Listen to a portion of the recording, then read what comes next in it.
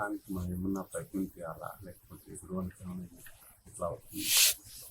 అనుగ్రహానికి ప్రయత్నం చేయలేదు. ఇచ్చిన అనుగ్రహాన్ని సరిగ్గా మనం అనుభవించేట. అనుగ్రహం అంటే ఏంటి?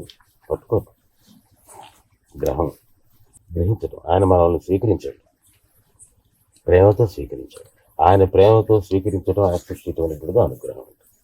దాన్ని మనం యాక్సెప్ట్ చేసి ఆనందంగా ఉండటమే మన చేయటం. మనల్ని, మనలో ఉండేటువంటి లోపాలని అన్నిటినీ దేని గురించి ఏమీ ఆలోచించకుండా, మన గురించి ఏమి ఆశించకుండా మనల్ని స్వీకరించినటువంటి వాడే, మనల్ని యాక్సెప్ట్ చేశాడు, మనల్ని హక్కుని చేర్చుకున్నాడు. అది అనుగ్రహం అంటే. మనం ఆయన్ని గ్రహంలాగా పట్టుకోవటమే చేయాల్సింది. అది మనం చేసిన ప్రయత్నం. గురించి అనుగ్రహం వన్ టైం థింగ్, లేకపోతే నెంబర్ ఆఫ్ టైమ్స్ మనకు వచ్చేది బట్టి ఈసారి అనుగ్రహించాలి. మనకు జరిగేటువంటి ఇన్సిడెంట్ మాత్రం మనం ఒకసారి అనుకుంటాం, అది అనుగ్రహం కాదు. అనుగ్రహం వల్ల వచ్చేటువంటిది. పిల్లవాడికి ఒక ఆట వస్తువు తీసేస్తే ఇది ప్రేమ, అంతకుముందు లేదా ప్రేమ? నీలో ఉండేటువంటి ప్రేమని ఈ బొమ్మ కొనిచ్చటం అనేటువంటి యాక్ట్ ద్వారా ఎక్స్ప్రెస్ చేస్తున్నాం అంతే. అనుగ్రహం అనేటువంటిది బొమ్మ కాదు, బొమ్మ కొనిచ్చటం కాదు.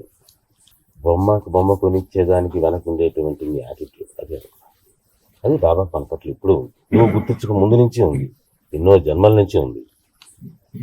మనం గుర్తించేటప్పుడు నువ్వు లేరుగా గుర్తించావు. ఎవరు బాబా దానికి అనుగ్రహం ప్రయత్నం చేసి ఇక నేను ప్రయత్నం చేయలేను, హెల్ప్లెస్ గా ఫీల్ అయినటువంటి వాడు. బాబా ఏమన్నారు? ఆకలి కొన్న జీవికి అన్నం పెట్టు. అన్నం పెట్టడానికి ఎవరు అర్హుడు అంటే ఆకలి కొన్నవాడు. మనకు ఆకలి కాదు, మనం తీసుకునేటువంటి నిస్సహాయత ఉండాలి. దాంతో బాబాకి శాంతి చక్కగా అన్నమాట. ఇష్టకే నేను చేసుకోగలను కానీ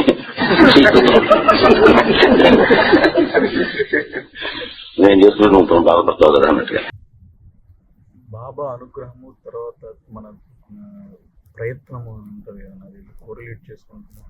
అంటే ఏది ప్రయత్నం, ఎంతవరకు మన ప్రయత్నం, అనుగ్రహం ఎక్కడి నుంచి స్టార్ట్ అవుతుంది, దానికి దీనికి నాకు సంబంధం ఏంటి? ప్రయత్నం ఎందుకు చేయాలని అంటే, ప్రయత్నం చేసుకోకుండా ఉండలేం కనుక. దాన్ని ఎవరు చేయాలని చెప్పవలసిన అవసరం ఏం లేదు. తప్పనిసరిగా మనం ప్రయత్నం చేస్తాం. ప్రయత్నం చేయబాకని చెప్తే ఏమవుతుందనంటే, ప్రయత్నం చేయకుండా ఉండడానికి కోసంగా ప్రయత్నం జరుగుతుంటుంది. పిచ్చ టెన్షన్ పడిపోయి దానికి 24 గంటల దాని గురించి ఆలోచిస్తూ, అవుతుందో కాదో, అసలు ఇదంతా ఉందో లేదో, అసలు బాబా ఇస్తాడా, ఇవ్వబోదు నాకు అమ్మ మునిగిపోతుంది, ఈ ఆలోచిస్తుంటాడు. ఈ ప్రయత్నం కంటే ఆ ప్రయత్నం మేలు కదా, కాబట్టి ఆ ప్రయత్నం.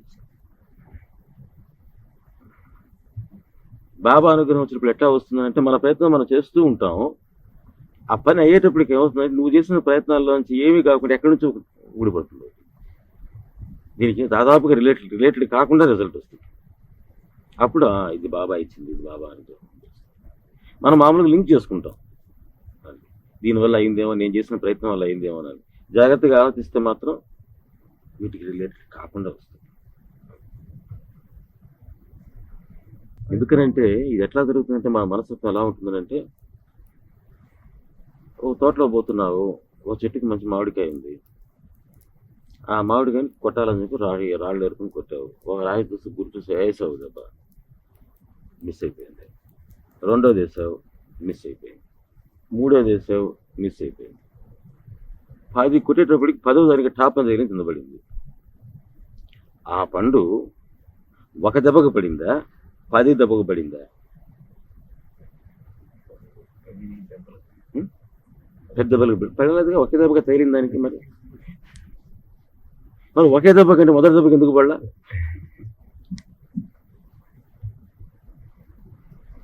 ఆ ఒక దెబ్బ 10వ దెబ్బ అవటంతో పడింది. ఒకటే కానీ అది 10వది. అంటే ఏమిటి? బాబా అనుగ్రహాన్ని మనం పొందటం అనేటువంటి ఆ దెబ్బ పడేది ఒక్కసారి పడుతుంది, ఆయన ఒక్కసారి ఇస్తాడు. ఈ లోపల ఆ 10వ దెబ్బ ఆయన మీద అలా రిలై అయ్యి, అలా డిపెండ్ అయ్యి, ఆ దెబ్బ అలా కొట్టేదానికోసంగా మనం చేసేది ప్రయత్నాలు. కాబట్టి ఇదే అవసరం. నిజానికి రిజల్ట్తో పోలిస్తే మాత్రం 10 దెబ్బలకి ఏం సంబంధం లేదు. ఎందుకంటే దానికి ఏం కరెక్ట్ లేనిగా ఉంటుంది. ఈ 9 దెబ్బల యొక్క ఎఫెక్ట్ ఆ పండు మీద ఇంత కూడా లేదు. అడిగింది మాత్రం ఒకే దెబ్బకు పడింది.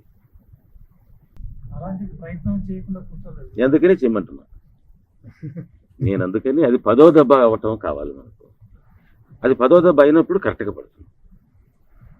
లేనప్పుడు ఒక దెబ్బ వేసేసి ఇక రాదు, ఇంక మా వల్ల కాదులే, మనకు అసలు కరెక్ట్గా గురే లేదు అని వెళ్ళిపోతాడు. లేదా 9 దాకా చేసి లాభం లేదు, బాబా అనుగ్రహం లేదనన్నా వెళ్ళిపోతాడు. జాగ్రత్తగా ఆలోచించండి. నేను చెప్పిన ఉదాహరణ జాగ్రత్తగా ఆలోచిస్తే మీకు అర్థం అవుతుంది. లైఫ్లో చాలా ఇన్సిడెంట్స్కి ఎలా జరుగుతుంది.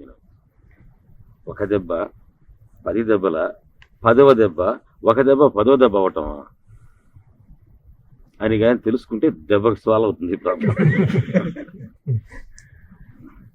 సో ఆ 10వ దెబ్బని గుర్తించడం ఎట్లా సార్? అంటే అప్పుడు దాకా 9 దెబ్బలు వేస్తే అర్థం అవుతుంది నీకు 10వ దెబ్బ. నువ్వు మొదటి దెబ్బ వేసి 10వ దెబ్బ అనుకుంటే ఎట్లా? 10వ దెబ్బ మనం గ్రేస్ అనుకోవాలి. అంటే ఆ పాయింట్ అనుగ్రహం వచ్చే పాయింట్ ఇదేని మనం చేసాం. అనుగ్రహం వచ్చే పాయింట్ ఒకటి, నీకు పని అయితే అనుగ్రహం వచ్చినట్టు లెక్క. కోఆర్డినేట్ చేసుకోవడం తెలియకపోతే పదో దెబ్బ అయినా బాబా అనుగ్రహం వచ్చిందని తెలియదు, అది తెలియదు. తెలియక అది 10వ దెబ్బ అనుకుంటాడు. అందుకని ఇన్నిసార్లు ప్రయత్నం చేస్తే సక్సెస్ కాలేదు, ఈ సక్సెస్ అయిపోయింది అనుకుంటాడు. అని 10 దెబ్బలు దానిపైన పెట్టడం వల్ల అది ఊడింది అనేటువంటి ఇంప్రెషన్ కలుగుతుంది. అంటే ఒకటి చాలేదు దాన్ని పడగొట్టడానికి, 10 రాళ్ళు కొట్టే తప్పితే తగిలితేగా రాలేదు అని ఇంప్రెషన్ కలుగుతుంది. నిజానికి 10 రాళ్ళు దానికి తగల.